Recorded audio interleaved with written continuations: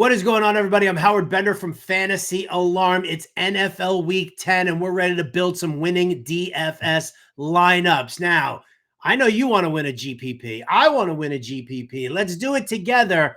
And everybody knows that in order to win that guaranteed prize pool tournament, you got to go a little contrarian. You got to zig when they zag. And if they're heavy on ownership on one guy, we got to find somebody equally as powerful at a lower rate. So we'll start at the quarterback position here. And believe it or not, we're going to go to Jalen Hurts, number one QB out there, $9,400 on FanDuel. He's $7,800 on DraftKings.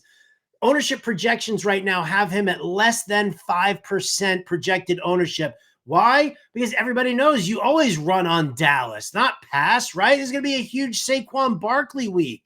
Well, that's what everybody's going to say. So take advantage of the lack of ownership, because I think Jalen Hurts has still got the ability to pop. I mean, we're talking about a guy who is always going to be well worth that money, because think about it. Last 3 games, 30 rushing attempts, 126 rushing yards, 6 rushing touchdowns. At less than 5% ownership, come on.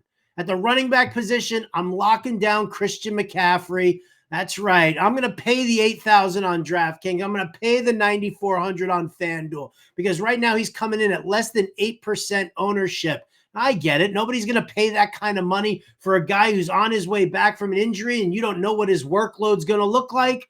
Kyle Shanahan's being all sorts of cagey about it. Listen, in a GPP tournament, I'll take 10 snaps for Christian McCaffrey over 30 snaps for pretty much any other running back. So take advantage of the low ownership, build a lineup or two that includes Christian McCaffrey. At wide receiver, we'll go with a little bit more of a value type guy, and we'll go with Darnell Mooney, because nobody else is doing it. That's right. The Atlanta Falcons wide receiver is $6,500 on DraftKings, $7,500 on FanDuel, and it looks like he's coming in right now at less than 6% ownership.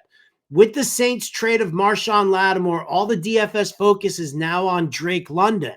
That's the perfect time to use Mooney. He's averaging over 7 targets per game. He's averaged 87 yards and a touchdown per game over the last 2 weeks. Saints also ranked 27th in DVOA against the opposing wide receiver 2. That was before the trade. Imagine what this is going to look like after this week. And then finally, at the tight end position, I'm going to Dallas Cowboys tight end Jake Ferguson.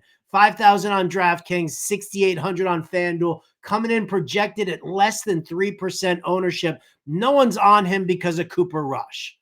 But the scheme dictates a heavy passing volume to the tight end. It's CeeDee Lamb and Ferg, and there's nobody else to catch passes on this team. He's just gone from, he shouldn't be gone from our thoughts because of the quarterback change. It's not like Cooper Rush is some untrained rookie like a Spencer Rattler. Cooper Rush has experience and he knows this system well. And that system says volume to the tight end. The quality of passes might be a little less, but at least you know that you're going to get high volume here. Cowboys are throwing the football. I'm Howard Bender from the Fantasy Alarm. As always, check out all of our content over there at fantasyalarm.com. If you don't subscribe, do yourself a favor. Go to fantasyalarm.com/win. Use the promo code Let's Go. We'll take 50% off of your first month. Good luck with all your lineups, and I'll see you in the money this week.